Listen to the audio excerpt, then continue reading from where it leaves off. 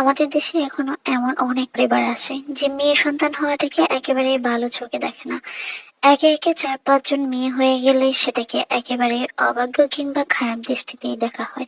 আত্মীয় স্বজন থেকে পাড়া প্রতিবেশী কেউই খুব একটা ভালো দৃষ্টিতে দেখে না।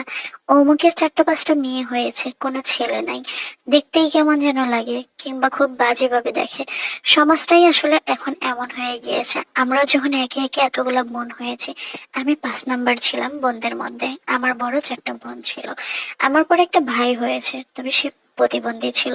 দেখলাম যে চারপাশের মানুষের দৃষ্টি এতটাই কটু ছিল, মানুষ খুব ভালোভাবে দেখতো না। আর অনেক বেশি বোন হয়ে যাওয়াতে আমার আদর যত্নের জায়গাটাও অনেক কমে গেছে। পরিবার থেকে আমি খুব একটা বলার মতো আদর পাইনি। মা বাবা সবাই আমাকে খুব কমই আদর করতো, ভাই বোন সবাই আমাকে অবহেলা করতো। কিন্তু সবসময় আমি চিন্তা করতাম, এই অবহেলাটা কিসের জন্য? সবার জন্য সবকিছু হতো পরিবার থেকে, পড়াশোনার খরচ, থাকা খাওয়ার খরচ সবকিছুই হতো, কিন্তু আমার জন্য কখনো আলাদা করে কোনো কিছু হতো না। এমনটাও হয়েছে ছোটবেলা থেকে এসব অবহেলা দেখে দেখে আমি বড় হয়েছি। আমি যখন স্কুলে পড়াশোনা করতাম, তখনও আমার জন্য স্কুলের বেতন দেওয়ার জন্য, প্রাইভেট পড়ানোর জন্য, কিংবা একটা জামা কাপড় কেনার জন্য টাকা পরিবার থেকে দেওয়া হতো না। কেন যেন এই অবহেলাটা নিয়ে আমি বড় হয়েছি। বাবাও বলার মতো বিশাল কোনো চাকরি করতেন না, যে বড় ধরনের কোনো চাকরি করতেন আমাকে আলাদা করে খরচ দিবেন। বিষয়টা একেবারে এরকম ছিল না। বাবাও খুব একটা বড়লোক না হওয়াতে অভাবেই আমাদের দিন যেত। ছোটবেলা থেকেই কেন জানি না আমাকে কেউ পছন্দ করতো না, আদর করতো না। আমার ছোটবেলা থেকেই ইচ্ছা ছিল নিজের পায়ে দাঁড়াবো, কিন্তু আমি পড়ালেখা তেমন একটা ভালো ছিলাম না। আমার বাবার টাকা ছিল না আমাকে গাইড দেওয়ার মতো, কোনো স্কুলে পড়াশোনার জন্য খরচ কিংবা ড্রেস কিনে দেওয়ার জন্য তেমন কিছুই আমাকে দিতে পারতো না। স্কুল জীবন পার করেছি, ক্লাসে আমার সাথে কেউ মিশতো না, খেলাধুলো কেউ করতো না। কেন এটা করতো না সেটা আমি জানতাম না। তবে এখন বুঝি আমার বাবার সামর্থ্য ছিল না, আমি গরিব ঘরের মেয়ে ছিলাম, পড়াশোনা খুব একটা ভালো ছিলাম না বলেই আমার সাথে এমনটা হতো। আমার কোনো বন্ধু নাই, সবাই আমাকে অবহেলা করতো। আমি একা যেতাম, একা আসতাম। কেন জানি না আমার মা বাবাও আমার জন্য কিছু করতে চাইতো না। সবার জন্য হতো, আমার জন্য টাকা হতো না। ঈদের সালামি পেলে পুরো বছর জমিয়ে আমার খাতা কলম আমি কিনতাম। আমার টিফিনের টাকা আমি খরচ করতাম আমার জমানো টাকা থেকে, কখনো আমাকে আলাদা করে দেওয়া হতো না। অনেক ইচ্ছে ছিল কলেজে পড়বো, কিন্তু ক্লাস 10-এ মডেল টেস্টে পরীক্ষায় ফেল করি। সেখান থেকে আমার পড়াশোনার জীবনটা শেষ হলো। আমার বাবার অবহেলা ভেবে নিয়েছিলাম গার্মেন্টসে চলে যাব, তারপর বাবা বিদেশ চলে যায়। আমাকে একবার আমার বোনের দেখাশোনার জন্য ওর শ্বশুরবাড়িতে পাঠিয়ে দেওয়া হয়েছে, আমি যেন আমার বোনের সেবা যত্ন করি। এমনটা প্রায় পরিবারেই হয় যে বোনদের বাচ্চা হলে ছোট বোনেরা তাকে দেখাশোনা করার জন্য চলে যায়।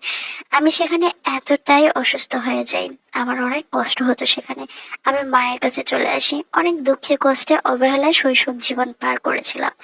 ছোটবেলা থেকে আমার বিয়ের জন্য আসতো, আমি রাজি হতাম না, তাই সবাই বলেছিল তোর বিয়ে তুই নিজেই করতে হবে, আমরা কেউ তোর সাথে নাই। আমার বড় বোনদের সম্মানের জন্য আমার মা কিস্তি নিয়ে টাকা ধার করে জায়গা বিক্রি করে বাপের বাড়ি থেকে হওয়া কিনে তাদের বাড়িতে জিনিসপত্র পাঠাতো। এগুলো আমার একদমই পছন্দ ছিল না। আমার ইচ্ছা ছিল একটা গরিব ছেলেকে বিয়ে করব, আর আস্তে আস্তে সে পয়সাওয়ালা হবে, তাহলে আর আমাকে খোটা দিতে পারবে না। যেমন চেয়েছিলাম ঠিক তেমনটাই হয়েছিল। একটা ছেলেকে ভালোবেসেছিলাম, দুই পরিবারকে মানিয়ে কত কিছুর বিনিময়ে বিয়েটা করি। সে আমাকে কিছু দিন দিতে পারেনি, এক কাপড়েই তার বাড়িতে যাই, দুলাভাইয়ের হাতে পায়ে ধরে তাকে বিদেশ পাঠাই। এখন সে অনেক টাকা বেতনের চাকরি করে, কিন্তু আমাকে আর চেনে না। সেও আমার জন্য সঠিক মানুষ ছিল না, একটু থেকে একটু হলে অনেক গালিগালাজ করে কথা বলে, আমাকে অনেক হুমকি ধমকি দেয়, একটু ভালোবাসে না। 5 বছর সংসার জীবনে সে আমার জীবনটা অতিষ্ঠ করে দিয়েছে। মাঝে মাঝে ইচ্ছে করে দুনিয়া ছেড়ে চলে যাই। আমার কোনো সন্তানও নাই, শ্বশুর শাশুড়িও আমাকে খুব একটা পছন্দ করে না। শ্বশুর বাড়িতেও একা থাকি, কেউ আমার সাথে তেমন একটা কথা বলে না। জীবনে যাই, কাউকে কিছু বলতে পারি না, বুঝতে পারি না। শ্বশুর বাড়ি কেউ আমাকে পছন্দ করে না, কথা বলে না। আমি সারাদিন বোবার মতোই পড়ে থাকি। আমার বাপের বাড়ি থেকে আমি কোনো জিনিসপত্র আনতে পারিনি, আমার জাত নেই বলে অপমানিত করে তারা। চায় না আমি তাদের বাড়িতে গিয়ে থাকি। আমার থাকা খানাও আমার শ্বশুর দেখতে পারে না, আমার শাশুড়ি দেখতে পারে না। একদিনে আমার শাশুড়ি আমাকে আমার গলার ওড়না পেঁচিয়ে হত্যা করার চেষ্টা করেছিল। আমার শ্বশুর আমাকে এসে বাঁচিয়ে দেয়। আমার বাপের বাড়িতে দিয়ে যায়। মাসের পর মাস বাপের বাড়িতে পড়ে থাকি। এখানেও খোঁটা শুনি, বিয়ে হওয়ার পরে বাবার বাড়িতে কেন থাকি। আমি চলে গেলে আমার মা একদম একা হয়ে যাবে।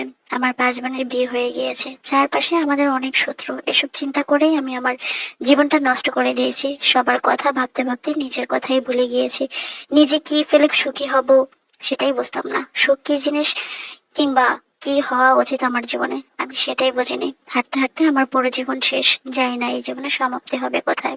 প্রথমে বলবো যে আমাদের দেশে গরিব মধ্যবিত্ত পরিবারগুলা যখন বেশি সন্তান হয়ে যায়, তখন প্রত্যেকটা সন্তানের প্রতি সমান আদর যত্ন ভালোবাসা ভাগ করে দিতে ব্যর্থ হয়। এটা শুধু আপনার পরিবার না, এরকম শত শত পরিবার আছে, হাজারো পরিবার আছে, যে ছেলে সন্তান বেশি হয়ে যাওয়াতে অভাবের কারণে তারা কখনো সমান্তরালে বন্টন করতে পারে না, সেটা টাকা পয়সা হোক ভালোবাসা হোক। আর দ্বিতীয়ত হলো যে আমাদের দেশের মেয়েরা এখনো অনেক পিছিয়ে আছে অনেক কিছুতে। যেমন বিয়ের পরে বাচ্চা নিতে চায় না, এটা ভেবে যে আমি আমার শ্বশুর বাড়িতে অবহেলিত, আমার বাচ্চা অবহেলিত হবে। যেমনটা করেছেন এই বোনটা, যে উনি নিজেই জায়গা পাননি, খেতে পাননি, সেজন্য বাচ্চা নেননি, অথচ 5 বছর পার হয়ে গিয়েছে, কিন্তু ওনার এখন আর বাচ্চা হচ্ছে না, কিংবা স্বামীটাও এখন আর ভালো নেই। সম্পর্ক জিনিসটা এরকমই, কখন কার সাথে কি একই হবে এটা আসলে কেউই জানে না। দেশ বিদেশ ঘুরার সৌভাগ্যের কারণে আমি অনেক মানুষের সাথেই আমি চলাফেরা করতে গিয়ে বুঝতে পেরেছি পৃথিবীতে আসলে কোনো মানুষই পরিপূর্ণ সুখী না। আমি দেশ ছেড়ে বিদেশ এসেও দেখেছি এখানেও মানুষ হাজবেন্ডকে নিয়ে কিংবা সন্তান নিয়ে অনেক কারণেই অসুখী থাকে। সেটা বড় করে না দেখে হাজবেন্ডের সাথে কিভাবে ভালো থাকা যায়। জীবনের অর্ধেকটা বয়স কিন্তু আমরা পার করে এসেছি, বাকি বয়সটা কিভাবে পার করা যায়।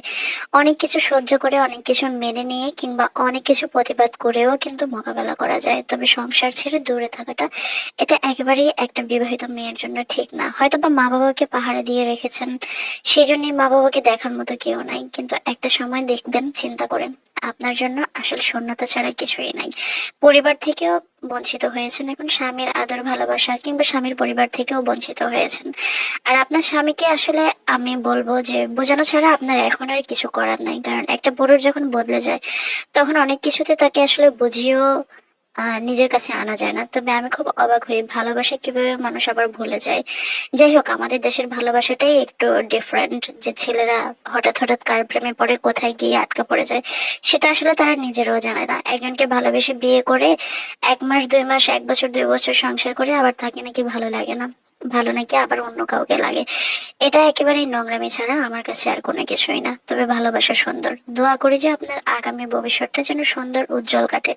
তবে মাঝে মাঝে সবার স্বার্থ চিন্তার আগে নিজের স্বার্থটা চিন্তা করা জরুরি। ভালো থাকবেন আপু, দোয়া করি আল্লাহ আপনাকে অনেক বাকি জীবন সুখী করুক। আল্লাহ হাফেজ।